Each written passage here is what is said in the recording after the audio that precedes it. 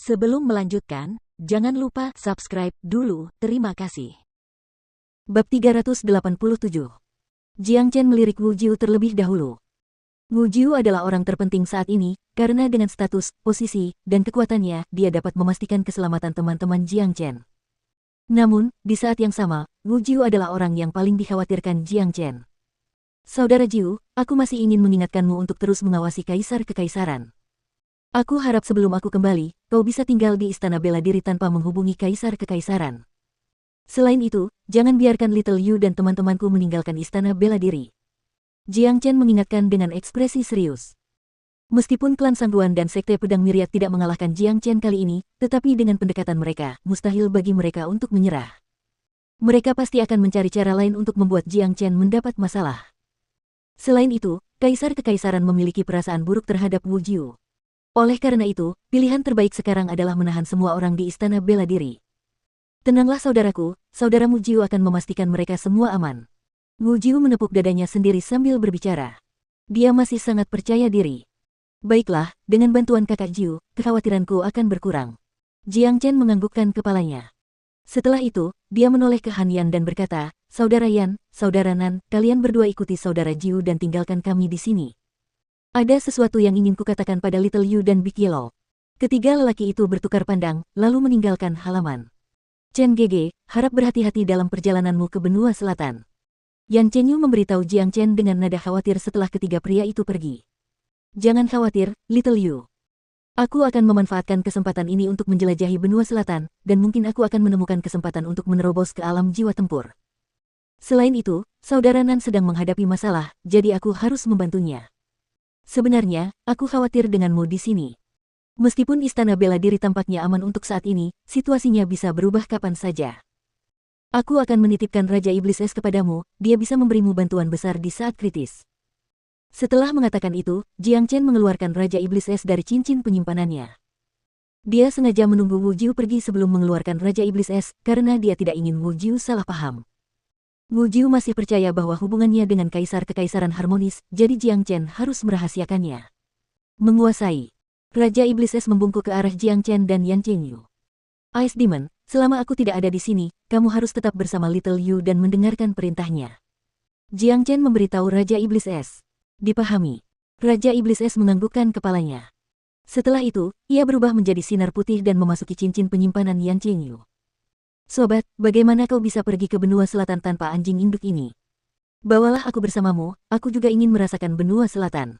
Big Yellow meludahkan lidahnya dan menatap Jiang Chen dengan pandangan memohon. Tidak mungkin. Kaulah satu-satunya yang benar-benar tidak bisa kuajak. Jiang Chen langsung menolaknya. Sial, kenapa? Big Yellow benar-benar tidak senang dengan keputusan Jiang Chen. Apa maksud Jiang Chen dengan kata-katanya? Ini adalah diskriminasi. Kau punya indera yang hebat, dan kau ahli dalam semua jenis formasi tingkat tinggi dan mistis, dan kau juga punya beberapa trik rahasia. Kau adalah senjata rahasia terbesar kami, jadi aku ingin kau tetap tinggal dan menangani tugas yang paling penting. Tolong jangan mengecewakanku. Jiang Chen menepuk kepala Big Yellow. Anjing ini sungguh luar biasa, dan dia benar-benar bisa menolong di saat yang paling kritis. Jika itu pendapat jujurmu tentangku, itu membuktikan bahwa kau orang yang sangat bijak.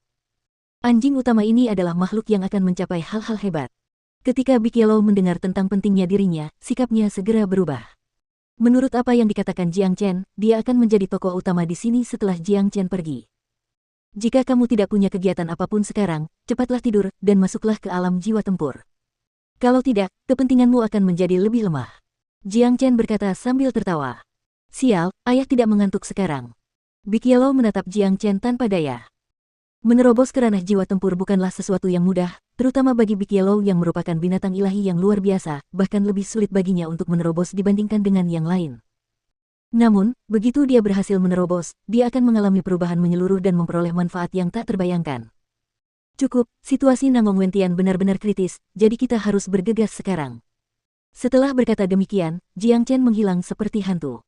Chen Gege, ingatlah untuk berhati-hati di luar sana. Yan Chenyu berteriak. Di luar Istana Bela Diri, dua sosok meninggalkan tempat itu seperti dua hantu yang menyelinap di malam yang gelap. Dengan kemampuan Jiang Chen dan Nangong Wentian, mereka dapat dengan mudah meninggalkan Istana Bela Diri tanpa diketahui oleh siapapun.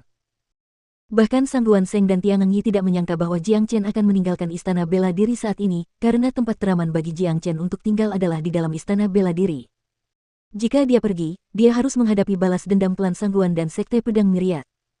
Mereka tahu Jiang Chen bukan orang bodoh, jadi dia pasti akan bersembunyi di istana bela diri. Jiang Chen dan Nangong Wentian mendarat di pegunungan terpencil sekitar 1000 km jauhnya dari istana bela diri. Chen kecil, apakah ada orang dari klan Sang Guan atau Sekte Pedang Myriad yang akan mengikuti kita? Nangong Wentian bertanya. Jangan khawatir, aku baru saja kembali dari dinasti Sein bela diri kemarin, jadi mereka tidak akan mengharapkan aku meninggalkan istana bela diri hari ini. Kata Jiang Chen. Jarak antara benua timur dan benua selatan sangat jauh, dan dengan kecepatan kita, mungkin butuh beberapa bulan untuk sampai di sana, asalkan kita tidak tersesat. Aku khawatir sudah terlambat saat kita sampai. Nangong Wentian menggelengkan kepalanya. Ia tidak pernah menyangka akan menempuh perjalanan sejauh itu dari benua selatan saat meninggalkan keluarganya. Sekarang, sangat sulit baginya untuk kembali ke rumah. Bukan hanya perjalanan yang panjang, mereka juga harus menghadapi banyak sekali setan dan iblis di sepanjang jalan, dan jika mereka tersesat, itu akan lebih buruk lagi. Kau benar, kita akan butuh waktu lama untuk bepergian. Ah, kalau saja kita punya formasi teleportasi. Jiang Chen menambahkan. Mudah untuk mengatakan bahwa dia akan pergi ke benua selatan, tetapi ketika sampai pada perjalanan yang sebenarnya, jaraknya cukup membuat mereka muram. Formasi teleportasi. Mata Jiang Chen tiba-tiba berbinar dan dia hampir berteriak keras. Chen kecil, apa yang sedang kamu pikirkan? Nangong Wentian menoleh ke Jiang Chen dan bertanya. Apakah kamu ingat altar hitam yang kita lihat sebelum meninggalkan Pulau Es? Ketika pintu keluar diaktifkan, ada formasi teleportasi kuno di sebelahnya. Kami terburu-buru meninggalkan pulau itu, dan tidak punya waktu untuk memeriksanya. Jika formasi teleportasi itu masih berfungsi, kita dapat menggunakannya untuk mencapai benua selatan. Jiang Chen teringat formasi teleportasi di Pulau Es. Itu adalah formasi teleportasi yang sangat besar, dan itu lebih dari cukup untuk mengirim mereka ke benua lain. Chen kecil, itu tidak berguna. Pulau Es hanya muncul sekali setiap 100 tahun, dan kita bahkan tidak memiliki petunjuk di mana Pulau Es itu sekarang, apalagi formasi teleportasi di pulau itu. Nangong Wentian merasa tidak bisa berkata apa-apa. Mungkin aku bisa membuat keajaiban terjadi. Coba lihat, apa ini? Jiang Chen membalik telapak tangannya, lalu mengeluarkan sebuah piring perunggu berkilau. Piring perunggu. Kupikir ke-9 piring perunggu itu menghilang saat gerbang pagoda kuno dibuka. Kenapa kau masih membawa satu? Tidak, piring perunggu ini berbeda dari 9 piring itu. Piring perunggu itu tampak berkarat dan pecah seperti besi tua, tetapi piring perunggu ini bersinar terang. Apa sebenarnya piring perunggu ini? Nangong Wentian bertanya dengan kaget. Sebenarnya, 9 lempengan perunggu itu tidak hilang hari itu. Tepat setelah gerbang pagoda kuno dibuka, lempengan-lempengan itu menyatu menjadi lempengan perunggu yang baru. Aku mengambilnya dan menyimpannya tanpa diketahui orang lain, itulah sebabnya kalian mengira lempengan-lempengan itu telah hilang. Jiang Chen menjelaskan. Setelah meninggalkan Pulau Es, dia tidak memperhatikan lempengan perunggu ini, dan hampir melupakannya. Namun, ketika dia menyebutkan formasi teleportasi tadi, hal itu langsung muncul di benaknya. Namun, apa gunanya lempengan perunggu ini? Apakah lempengan ini bisa menunjukkan kita ke Pulau Es? Nangong Wentian bertanya. Kita perlu mencobanya. Setelah mengatakan itu, Jiang Chen menembakkan indera ilahinya dari lautan kesadarannya ke lempengan perunggu. Dalam sekejap, suara mendengung terdengar dari lempengan perunggu itu saat mulai bergetar hebat.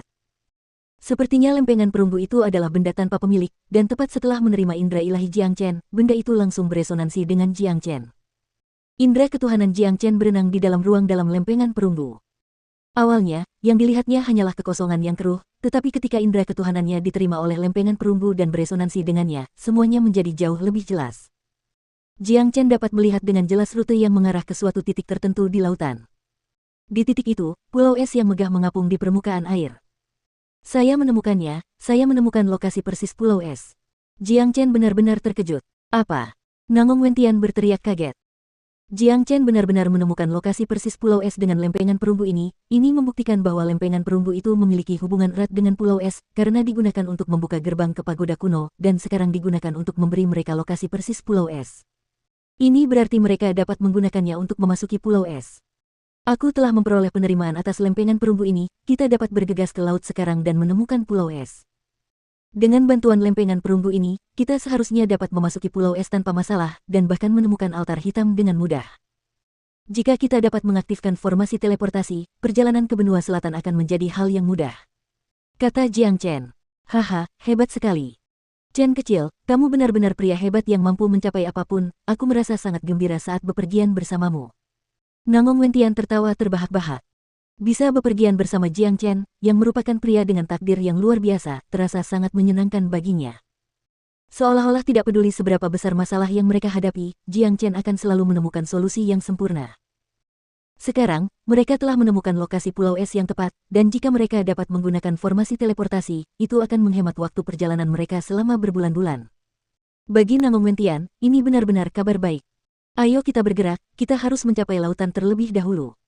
Kita akan membutuhkan waktu sekitar 2 hari untuk mencapai lautan jika kita melaju dengan kecepatan penuh. Jiang Chen menyimpan kembali lempengan perunggu itu ke dalam cincin penyimpanannya, lalu kedua pria itu mulai terbang dengan kecepatan yang luar biasa, melesat menembus gelapnya malam bagaikan dua hantu, dan meninggalkan jejak dimanapun mereka lewat. 2 hari kemudian, di malam yang gelap, Jiang Chen dan Nangong Wentian akhirnya tiba di perbatasan laut. Jiang Chen mengeluarkan lempengan perunggu dan mengirimkan indera ilahinya ke dalamnya. Lokasi Pulau Es menjadi jauh lebih jelas sekarang. Pulau Es tersembunyi di lokasi rahasia di dalam lautan, aku bisa merasakannya melalui lempengan perunggu. Kedua lelaki itu melanjutkan perjalanan dan terbang menuju lokasi pulau itu.